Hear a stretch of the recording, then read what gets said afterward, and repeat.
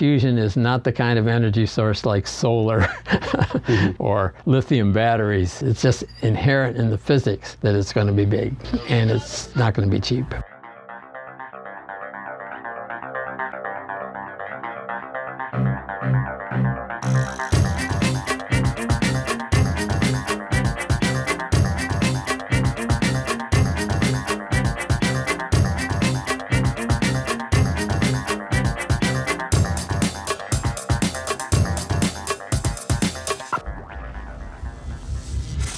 This is EnergyCast, and I'm Jay Downhauer. It's our 20th episode, and I want to thank all of our guests, listeners, friends, and family for your support. I'm proud of the content we put out there, and I already have interviews banked up for episode 30. Today is a very special episode because we'll be covering the energy source that's probably most mysterious to our listeners and my guests, nuclear fusion. Those who've tuned in before are familiar with my post-interview lightning round, and when I asked my guests about nuclear fusion, the answer seem to go like this. An interesting technology that has been on the horizon for decades. It's a hoax. Not knowledgeable enough to even talk about. Don't know enough about it to comment. I don't see it.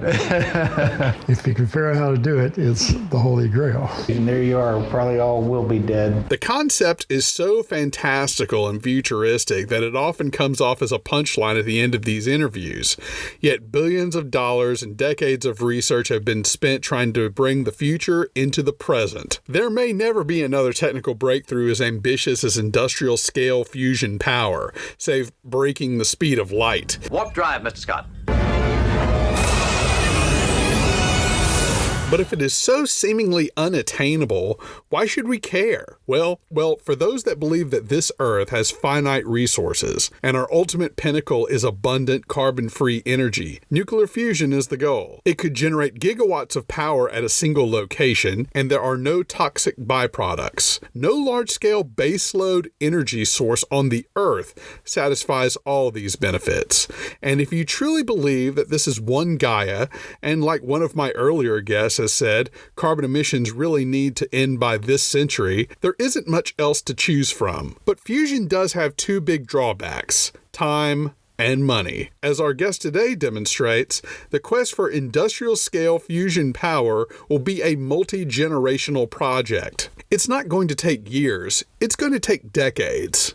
And it's not going to take millions of dollars, it's going to take tens of billions of dollars just to create a working prototype. If you're a venture capitalist or a multinational company, this business model is practically incompatible with your goals. That's why the weight of this project rests on a coalition of nations. So what is fusion exactly? Well, we see it every time we look up at the sky. The sun and the stars are fusion reactors. Fusion power is no less than the attempt to create a small star on Earth. There are several designs out there, but the core principle is fusing two hydrogen atoms into helium. You'll remember in high school chemistry that hydrogen with 2 neutrons is called deuterium, and 3 neutrons is tritium. When they fuse, it produces a helium atom, a neutron, and lots of heat. Procuring this fuel is the easy part. Deuterium, for instance, occurs naturally in molecules of water. It just needs to be separated out and converted into hydrogen. The challenge is how to combine this reaction so that fusion can occur. In the vacuum of space, the sun and stars do this by gravity. Here on Earth, it requires complex magnetic fields and chambers to contain the reaction. And this is where the dollars and the birthdays begin to add up. In a way, that confinement chamber is a perfect analogy for humankind's pursuit of fusion power. Can a coalition of nations stay together long enough for a reaction to occur? Perhaps only our grandkids will know the answer. Our guest today is Steve Dean, co-founder and president of Fusion Power Associates, a nonprofit foundation for the fusion power sector. The foundation was formed in 1979. Steve is a physicist and engineer who's been involved in the fusion power sector for over 50 years. He holds degrees from Boston College and MIT. In the 70s, he led a group that provided the basis for the Magnetic Fusion Act of 1980, signed into law by Jimmy Carter. I sat down with Steve at his office outside of Washington, D.C. It was filled with memorabilia and photos documenting our long progression towards the ultimate energy source. I hope you enjoy my conversation with Steve Dean. We're here with Steve Dean, president of Fusion Power Associates. Tell us about this organization and what you do. Well, I formed this organization 1979, and our goal was to expedite the development of fusion as an energy source by working with all of the players. Since then, fusion has evolved in a way that the industries were sort of let go by the government to save money, and because they weren't serious about the development. So what happened to our organization was we transitioned from mostly industry to mostly government national laboratories and major universities. And what we do is we try to make sure that they're all talking to each other and they're not all just working on their own thing and bad-mouthing everybody else. And we try to keep people aware that fusion is around and that it's not moving quite as fast as we would like in the United States. Korea, for example, and China, and even the Europeans, they all have a game plan for putting fusion electricity on the grid. The U.S. doesn't talk about any kind of plan. You probably know there's a big international machine being built in France, which is a collaboration of 7 different countries mostly. And the United States refused to even offer a site for that. They knew that the place where the site was would have to put in the most money towards the project. When we try to get money for our participation, the Congress says, oh, this money is going overseas. Well, we should be spending our money here, you know. And we try to tell them that we're building equipment to go over there, but we're building it here.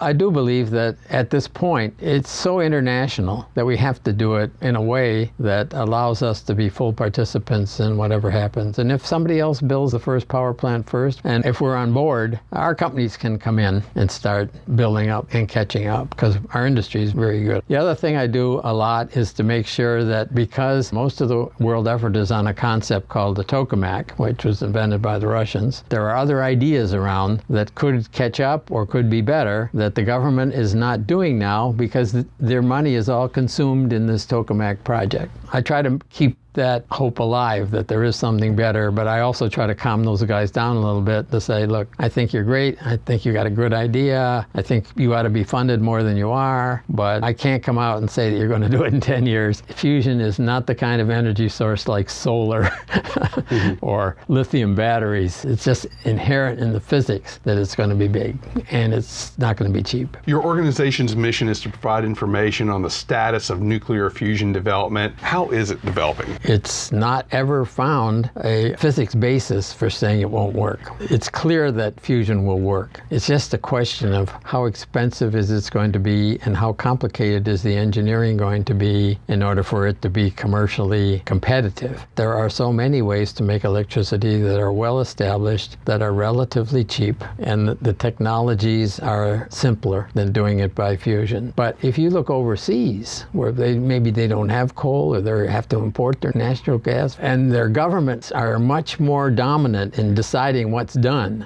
If the government decides we're going to have our grid be fusion, that will happen regardless if something else is cheaper. We in the U.S. are right to be concerned that maybe we can't compete here, but that doesn't mean we can't compete selling them to somebody else. And we could sell them to China if China decides. Give us a 5th grade lesson on nuclear fusion. Well, usually what we say is look at the sun and look at the stars, and they're all fusion reactors. And we're going to mimic that. We are going to create a miniature sun on the Earth. The second thing we say is the fuel for fusion is hydrogen that you combine to make helium, and hydrogen is probably the most common element in the world. We use a form of hydrogen, which is an isotope, which is called heavy hydrogen. It's in the water in like 1 part in 6,000, and it's easy to get it out. The fuel is universally available to everybody, so that when they don't have to fight a war to get the fuel for fusion because you have it in your rivers and you have it in the ocean. And the third thing we say is the product of fusion, when you combine hydrogen to make helium, the quote waste product is helium. It's not radioactive. Helium is actually a valuable product. Now, some people will point out that there is some radioactivity in fusion because the other isotope we use is tritium, which is mildly radioactive. I mean, you could drink some tritiated water and flush it out of your system in a day with a few beers, and it isn't long-lived. Now, some people will point out that the other demonstration that fusion is real is the hydrogen bomb. And that also brings you into a comparison between fusion reactors and fission reactors of today, which is is that pound per pound of fuel, fusion reactors put out way more energy than fission reactors. And also moving hydrogen around is a lot easier than mining uranium and then enriching it and so on and so forth. So on the fuel side and on the waste side, fusion is much superior. One of the challenges is the need to get the ball rolling by heating hydrogen atoms to 100 million degrees. How is that accomplished? Well, first of all, it sounds incredible, but it's actually been done many times in very small devices. It's not that hard. And the reason is you have to think of temperature in a different way. We think of temperature as being, you touch this, if it's really hot, it's really hot. But it's not just the temperature that's involved. It's the density of what you've raised the temperature to. And if the gas is very dilute, let's say it's a vacuum, and there's only a few particles in there, but they're all moving very fast. We say they're 100 million degrees because they're moving very fast, but maybe there's only 3 or 4 particles in there, or some small number of particles. So if it was 100 million degrees or 1 billion degrees, you could put your finger in there and you wouldn't feel anything. You're measuring the speed of the atoms. Yeah, the 100 million is really the speed. You know, we convert it to degrees, but we really work scientifically in fusion in kilovolts. What we really need is 50 kilovolts. If you look into an operating fusion reactor, everything is ionized in there, and so it's not giving out any light. And the density of the gas in there is like 1 million times less than the density of air in this room. And so how is the temperature maintained? Does fusion continue once the reaction begins, or is something always keeping that catalyzed? Well, this depends how you do it. And it's one of the biggest problems, and that's an engineering problem, but it's also partly a physics problem because you have to figure all of these things out together. So what we do in almost all experiments is you build something that you can afford, and that means you do it for a short pulse. And that's all that's needed to understand what's going on. But we're also at a point, having done so much physics, that people are starting to want to do it for a longer time. They run for a few seconds on a pulse, and then maybe 15 minutes later you do another one. The experiment that's being built in France, it's going to run for 15 minutes at a time. Now, why not 15 hours? You need to have more equipment for that. Now, 15 minutes in fusion terms scientifically is a lifetime, because they know that if you can do it for 15 minutes, all it needs is more power supplies and equipment to keep everything going all day. The second point is that most of the experiments are done using magnets to keep the plasma, the fusion fuel, where it belongs. Most of them are done with copper magnets, and copper magnets consume a lot of power. But in the end, fusion reactors are going to run on superconducting magnets, because superconducting magnets, once you get them cooled down and get the current flowing in them, and as long as you keep them cold, they don't consume any power to speak of at all. Once you've got your experiment going with superconducting magnets, it's sitting there ready to be used all the time.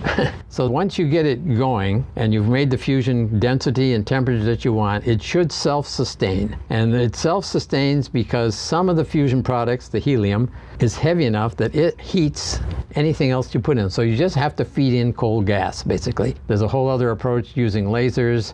They're inherently pulsed, and in that case, to keep them going all day, what you have to do is have something like a gasoline engine that runs, like this, with pistons. You drop little pellets with fusion fuel in it, you hit it with a laser once. Probably in most power plant designs with a laser, you have to hit it like 10 times a second. Okay. There are concepts of this that maybe only do it once every 10 seconds. It's never been done because you have to actually track the pellet and actually hit it exactly right, and otherwise if you miss it, it's not going to do anything. Right. So is it like a nuclear reactor and coal generation where you're producing heat and then that's running a steam turbine, or is fusion creating electricity just from the reaction? It can be either way. Probably the first ones will use the most conventional technology around. When deuterium and tritium fuse to make fusion, two things come out. One is this helium. The other is a very fast neutron.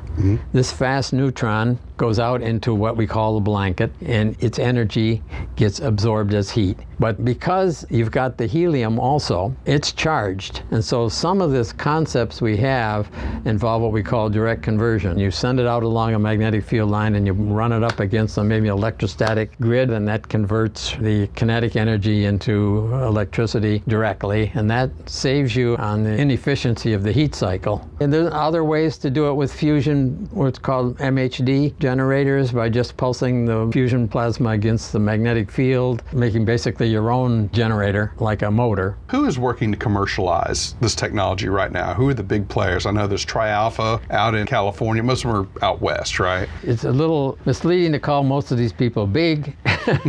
They're very small compared to the government's projects that have already been built. I've been to Tri-Alpha previously. They are the biggest by far of any of these small company projects that you hear about. They're not the only people that are using what's called the field reversed concept, which is that you make a little blob of plasma by a trick of running a current around in it, which creates its own magnetic field, and it confines the blob. It's very elegant in principle, but the problem is that they're unstable. And so even though, well, as long as this current is running around, they're there, the magnetic field that's out here wants to flip around like a top. People have worked for years trying to figure out how big do you have to make them, how much current do you need, and the Tri-Alpha people were able to, by continuing to put beams in, keep the current going for like 5 milliseconds instead of 1. Scientifically, it was a breakthrough of sorts because it's demonstrated it wasn't inherent that these things would always go unstable if you kept driving them. It's the same old reason. They could get so much money and so much equipment, so the best they could do was 5, and they did 5, and that was a demonstration. They tried to raise money to make a big step, so they got as much money as they could, and they rebuilt their machine. They tore the whole machine down, and over the last year, they made the machine longer so that they could make a bigger plasma, and they bought more beams to put in that they could go in for a longer time frame. Now they're just coming back in operation. They definitely plan to be able to sustain this for a longer time, and that's another big demonstration. The next machine, if it's going to really make fusion on the scale that they want to do, because they want to move fast. They don't want to take 30 years. So they're going to want to take a much bigger step than most conservative people would normally take, and they need a lot more money, and it's going to take them longer to build it. What is a lot of money? Like $100 million? No. Even the modest-sized experiments run at $50 million a year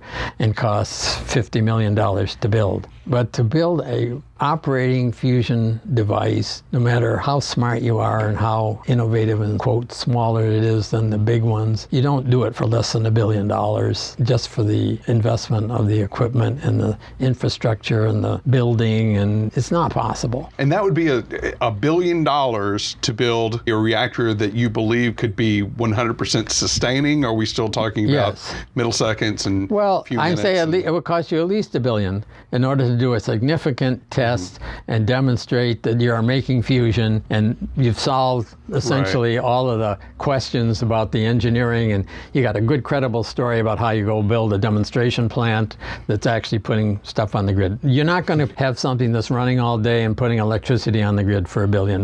That's going to cost a couple billion anyway. This one in France that we're building, this big tokamak, it started out, it was going to be $5 billion, and that seemed like a reasonable number for building something that was not going to put out electricity, but was going to make net energy regularly for 15 minutes at a time. And we went in for 10%. That was supposed to cost us $500 million. It very quickly went to 10. It's now, even at the minimum, people recognize it's going to cost 20. Some people in the government review panels think it's going to cost us $6 billion, which would make this project $60 billion.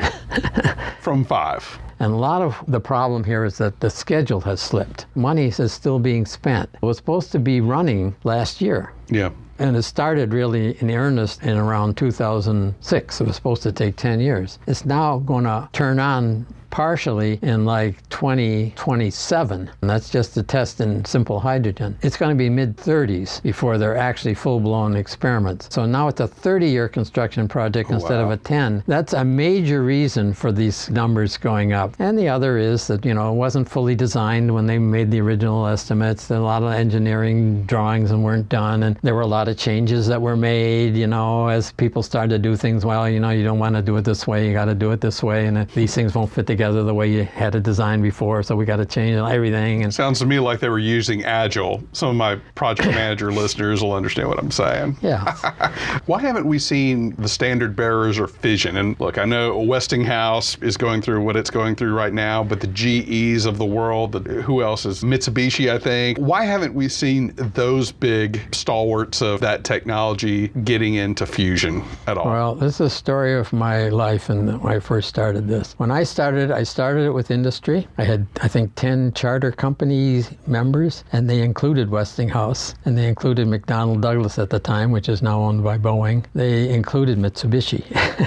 And those were the people I wanted to get involved. And then what I learned is that the industries were coming in because the Congress in the U.S. had just passed what was called the Magnetic Fusion Engineering Act of 1980 that said we were going to do this in 20 years for $20 billion. And so they all thought this was a serious thing. What they really started to do is they looked for government support and contracts. So they thought that when this whole thing got rolling, the government was going to pay for it, and the government was going to contract with them to do it, and therefore they were getting ready for big government contracts. When after 5 years or so, these contracts were not coming through, the company said, why are we in this? We're not going to do it ourselves. We're not going to invest our own money. It's too uncertain. The payback time is too long. They could see that they weren't going to be building fusion plants. Electric utilities were not going to be placing orders for fusion plants in the next 5 years, and therefore they were not going to spend their own R&D money on doing it. They all pretty much dropped out. You talked a little bit about some of these companies are able to sustain a plasma field longer and everything. What are some other big breakthroughs that you're seeing in recent years? I think you said that some of the other companies are finding ways to just make it simpler. This tokamak, which the Russians had the first breakthrough in fusion back in like 1969. And what happened was it was so stunning that we took some of our machines, which were called stellarators, and we converted them to tokamaks. And we started building a few small tokamaks. And everybody around the world started trying to duplicate the Russian work by building tokamaks. They're shaped like a donut. The reason for that is if you made it straight, when the particles are moving really fast, they go real fast out the end, and they're not around for very long. So you make a donut, make it go round and round on itself so it doesn't get out. These smaller companies, what they recognize that all the tokamak people refuse to admit to or accept is that it's not the most attractive geometry for a power plant. A lot of wasted space in the middle. That's one of the reasons they're so big and expensive, is that this shape. And that's why one of the ways at Tri-Alpha, the machine is straight. But this plasma blob that I mentioned with the current drive in it is confined as a sphere, but it's in the middle of a long straight tube. Okay. Well, a long straight tube is, the utilities love long straight tubes, right? All of their power plants are cylinders. They may be up on their end, but they're, they're not donuts, right? Yeah. Is this different from an antimatter reaction? Totally. The problem with antimatter is one thing, you have to make antimatter. Antimatter doesn't exist in the universe. Otherwise, everything would be gone, because antimatter combines with real matter to disappear. It's extremely expensive to make antimatter, and antimatter by its very nature, as soon as it encounters matter, disappears, like that.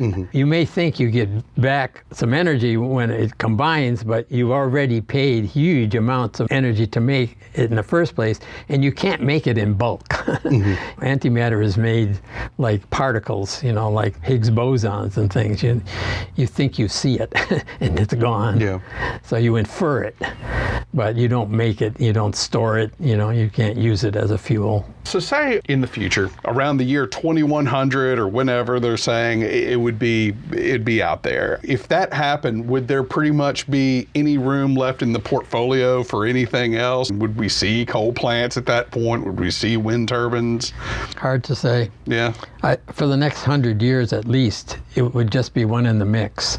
There's no getting around the fact that there'd have to be a transition. For at least 100 years or more, no one of these technologies is going to drive everybody else out of business, in my opinion. There'll always be hydro, there'll always be solar, there'll always be wind. There'll probably always be nuclear. Fusion could displace nuclear if it became really competitive, or if the anti-nuclear trend were to really take off and people said, well, we just can't have this waste being stored. Yeah. And fission reactors, we were talking about electricity, but one of the places where fusion could compete, probably, is if the world really becomes heavily fission-oriented and something has to be done with the waste. Fusion reactors can actually destroy nuclear waste, because our neutrons are much faster than the fission neutrons, and they can transmute the fission waste into stable, non-radioactive products. And you can do it on an industrial scale, because fusion reactors would be very big, and you make a big big industrial plant with a huge fusion reactor, and it would be coming out stable at the other end. I'm going to finish with a lightning round of your thoughts on different energy technologies. And this is really fun for me because we've done nuclear fusion, and it's always an interesting answer from the different people. Natural gas. Well, it's better than coal. It's less polluting than coal, but it's not clean.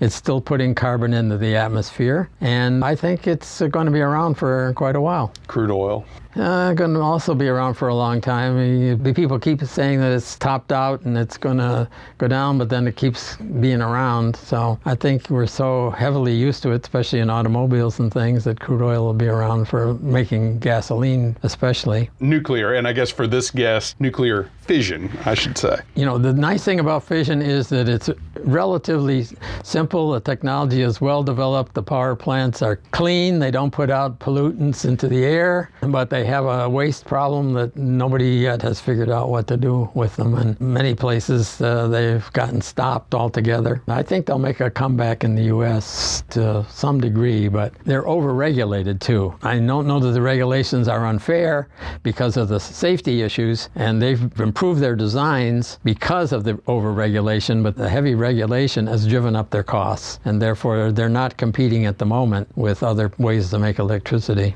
Coal. I think coal has been around for hundreds of years, and it's a simple thing to burn, but I've been to a lot of huge coal plants, and they are big, and it's astounding to see the number of coal cars that go in every day and the number of coal cars that have to go out with the ash. You know, I think their pollutants can be controlled with scrubbers and things like that, so I think they're going to be around too, but natural gas is displacing them. It's not nuclear or fission or other things that's displaced them, but I just saw a thing the other day where natural gas is providing more of our electricity than coal. Wind. I'm astounded by the progress that's been made in wind and solar. You know, 10 years ago, even 5 years ago, I would have just pointed out that there's such a small sub-percentage fraction of the grid that they're just not in play. But it's clear that wind is making big inroads. They're now on the map. So I think wind is here to stay, and they're going to make a substantial fraction, and I think solar too is coming on. I don't think they've been hit by environmentalists the way they should be hit for the mining that has to go on to get the raw materials for the processing of the cells, but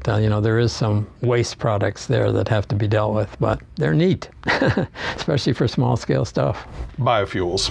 I think they're overplayed. You know, it seems like the agriculture people are saying that they're doing more damage to agriculture than their benefit that they're giving to putting them in the gasoline and stuff like that. One thing you might not mention, but it's related to biofuels, is burning waste and actually converting the waste heat into electrical power, and that's done apparently quite extensively in Europe. And that's another possible application for fusion, is return products back into their elemental form.